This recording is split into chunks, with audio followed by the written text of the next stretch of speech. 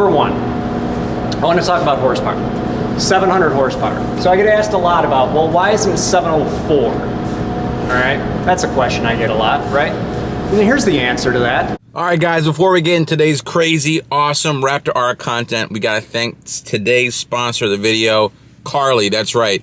This right here is the key to success for knowing all the goods about your vehicle that you maybe want to buy or that you want to own. It's really cool. It's a Bluetooth app. You plug into your OBD2 and you find out all kind of good stuff. We're in my personal Raptor now. We'll plug it in.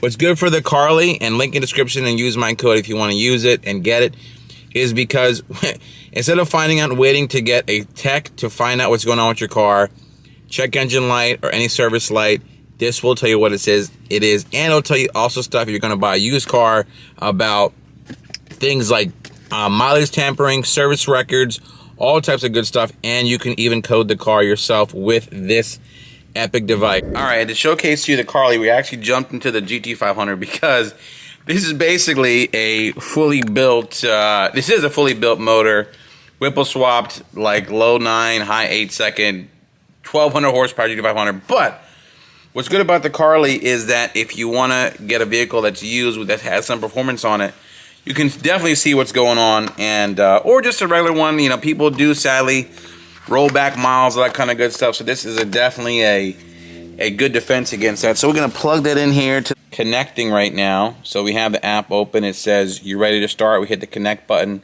So you can see the health stat. It's funny.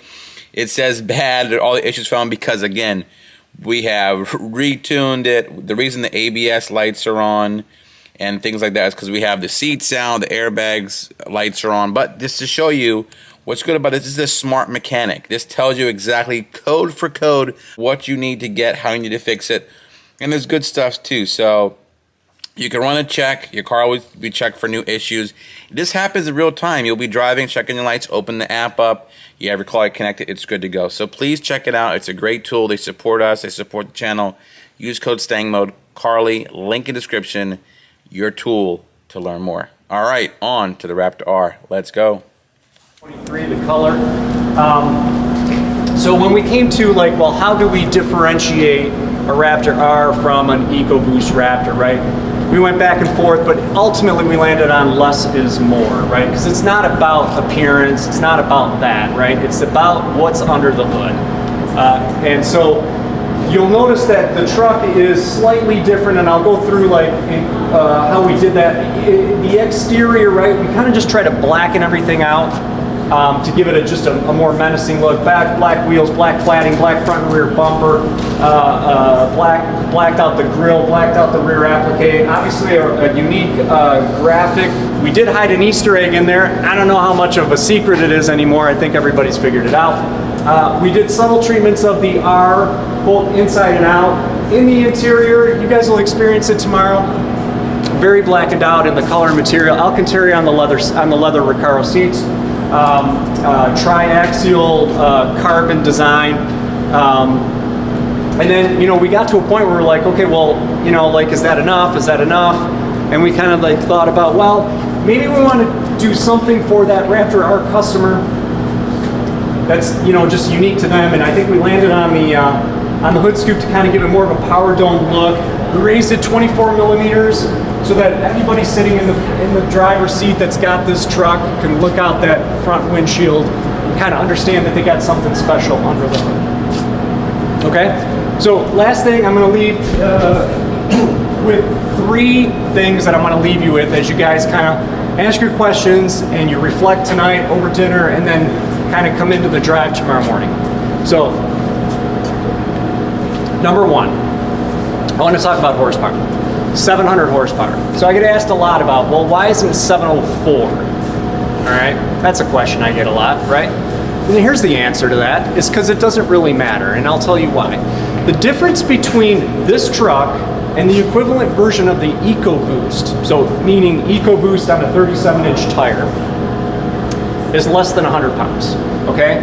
So if you kind of do the equation of power to weight, which is the only equation that really matters, right? 700, 705, 704, 704, doesn't matter, right? The power to weight ratio is so advantageous over any competitor out there, that's kind of what we designed. So that's the first thing I'll say about power. Second thing I would say, I want to address, excuse me, travel. We made a conscious decision and a trade-off to go with a 37-inch tire on the R standard. So there's no 35 option. You know, you don't start at a 35 and you option up to a 37. This truck basically has no options other than the moonroof. Okay? Well, moonroof and powered tailgate, kind of a combined option. That's the only thing that you can get on this. And you can delete the graphic, but that's it. So we wanted it to be something that came standard on the bigger tire. Now with that comes a trade-off with travel, because the 35-inch EcoBoost Raptor actually has 14 inches of travel. This has 13 inches of travel. But we really felt like with the power, we traded off the inch of travel with the higher ground clearance. And if you think about it, again, going back to the same conversation we just had on power, with those who are out there saying like, well, we have more horsepower, right? Again, it's about the fact that like, yeah, well, we have 13 inches of travel. They have 13 inches of travel. We have 13 inches of travel on a 37. You have 13 inches of travel on a 35. So again, right, put things into context, right? Before we write things that, well, they don't technically this, we don't technically that in terms of numbers. The third thing I would leave with you is this, is that it's all about where we want to win, right? Raptor started 15 years ago with Gen 1. We created the space. It isn't about going fast on pavement. It isn't about going fast on, you know, anything other than the dirt, on the sand, the, you know, the whoops, the things that you guys are going to experience tomorrow, right? It's about creating a product with a vision that competes in a very well-defined area in a space, right? That's where we want to win. We established that in Gen 1. We delivered that in Gen 2 when we went to the EcoBoost, and this truck takes it a step further in Gen 3. So I just kind of encourage you guys to keep in mind, like, where does Raptor want to win? Where do we want to compete? We compete in the off-road space. Horsepower, it's really more about the power to weight than it is about the number associated on horsepower. And then travel, do consider the trade-off that we consciously made to go to the bigger tire to get you higher off the ground, because running clearances are monumentally important when you're trying to go fast in the air. Okay? That's all I got, guys. My SMEs are gonna stick around. I'll be around if you guys have any questions. Otherwise, we can go get some dinner. Here. Well, there's... All right, guys, so we are here with, you want to come over here so the car's behind us? Okay, so as you guys saw, we did a walk around before, but now we're here with the Ford engineers to tell us exactly about what it is the Raptor R is, and we have some questions for you that came from our fans. Okay. So I'll ask, you answer, that works for you? And you want to introduce yourself to the people? Yeah, hi, my name is Brian Lazat. I'm the design supervisor for the 5.2 supercharged Predator engine that is now in the Carnivore / Raptor R. What are we calling the motor, by the way? Is it still I'm Predator? still calling it Predator. Okay, It's a derivative of the Predator engine. All right, we'll get a little bit closer because of the people talking to. All right, so if you want to step over here, guys, this is what we're talking about here. This is the power plant for the Raptor R, which is also found in the GT500. But what are the differences between a GT500 power plant and a Raptor R? Yeah, so there's some key changes specifically for the truck. Maybe I'll start at the top here. There is some unique badging on the supercharger with the Raptor logo and the imprint here. That's mostly aesthetics, just for the underhood environment. Same supercharger assembly from Eaton. It's a 2650 Roots style blower, made in Athens, Georgia. Same fundamental design. The main change on the supercharger is the pulley assembly. It's smaller? a smaller pulley. Goes to 74.5 millimeters from the 80.1 on the GT500. And that was really done to try to balance the attributes of the vehicle and flatten out the torque curve in the mid-range area, as well as increase the torque to 640 foot-pounds. Right? And am I right that the red line is also lower? RPM red line is lower? Yeah, that's not really due to the engine itself. Okay. Right. It's primarily due to the powertrain matching to the automatic transmission. So the peak power speed on this is at 6750. Okay, but power comes on a little bit sooner. Yeah. And the red line is 7000. And oil pump gears are in this? Yeah, it's a traditional G rotor. Okay. Positive displacement oil pump, same as GT500. Okay. Identical, same part number. Here's some, I'm going to ask Brian some questions from the Stang Mode community. I said, listen, I'm going to go see the Raptor R. We'll ask Ford about it. They said, is this math or speed density as far as intake is concerned? It's speed density. There's actually... That's good.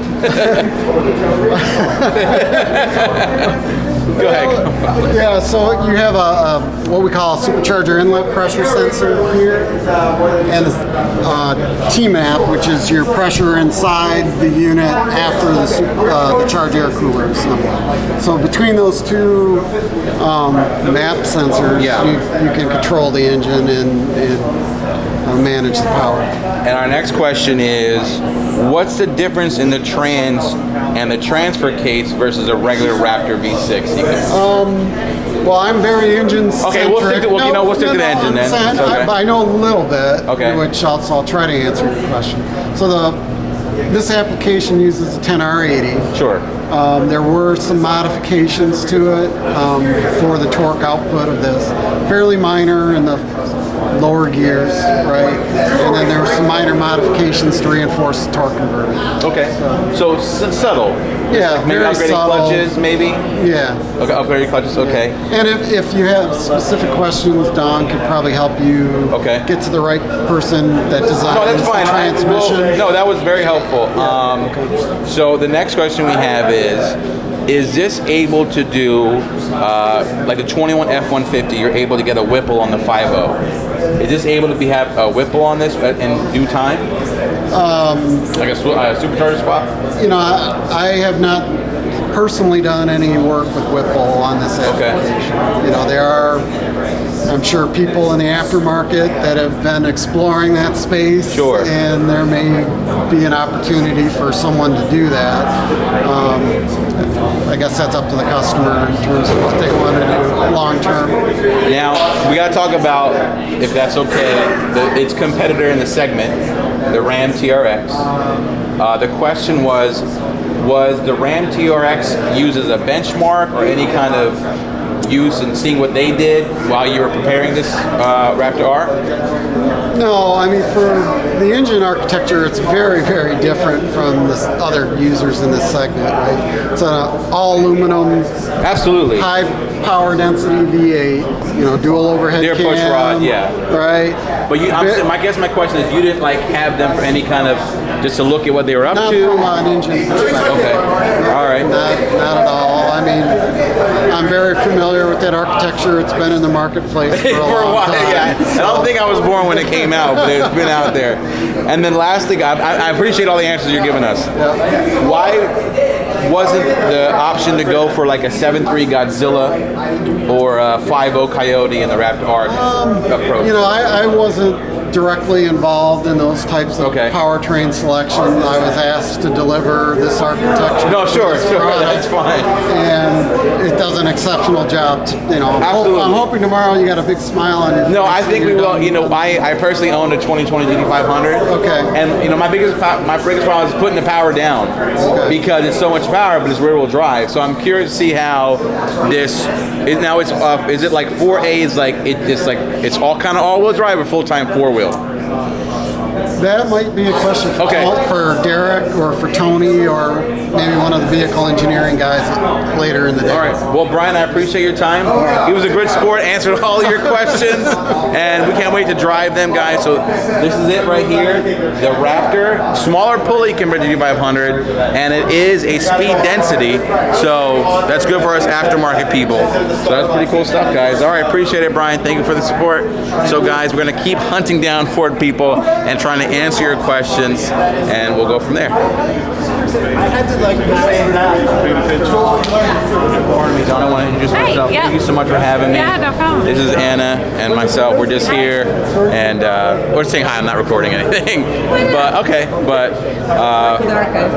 love the truck. It's beautiful. I guess we're basically going around asking the experts in the Raptor R questions that our fans had, and Brian was great. Okay, great. Well, it depends on what kind of questions. Well, you Not know that you what? can't answer them. I just want to make you on camera. I'm a marketing guy. Right. Okay, You're all a right. marketing guy. So Technical what kind questions, of... not my All right, that's fine. Listen, but basically, our fans are excited because obviously it's no news that everyone's been wanting to see a V8 in the Raptor again. So some of the questions were, let me pull it up because the question is, as far as the its competitor in the segment, the Ram TRX, was this a vehicle that came post the Ram TRX, or was already in development prior? It's something we had been looking at and working on for a while, Okay. right? We don't really chase competitors. Absolutely. You know? We look at what our customers want. So when we launched, this is the 3rd generation Raptor, right? When we launched the 2nd generation, we went to the EcoBoost engine, which is a great motor for the Raptor. Tons of 510 foot-pound of torque, really low end grunt like a diesel, right? It's a great engine for off-road. I personally own a 2022 Surge. I love it. It's a great engine for. It's actually good on gas too, by the way. Yeah. I'm getting 17 miles to the gallon, so. Yeah, it's a great all-around motor. We still think it'd be our primary volume, but you know, the customers, there were a group of customers that had been asking since the 1st gen for a V8, right? Sure. And so as we saw this opportunity, that you know, we look for the opportunities in the market. We listen to our customers. We're constantly innovating and improving the truck with what customers want from us. It really kind of said, hey, that you know, there's a customer group out there looking for this now. We've got a great opportunity. The timing is right. Let's bring it to market, right? All right, the next question is, was this benchmark versus the TRX? You know, it's really more engineering than marketing, but yes, we look at all of our competitors, right? Sure. So all of our company does a lot of competitive analysis. I know that they looked at the TRX, they looked at other vehicles as well.